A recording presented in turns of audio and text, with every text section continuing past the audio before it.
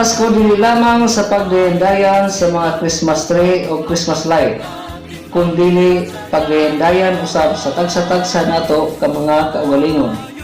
Ipakita ta ang pagminahalay, pag-inambitay o pagpinasayloay o labaw sa tanan mahadlokon sa atong langitong amahan nga si Hesus.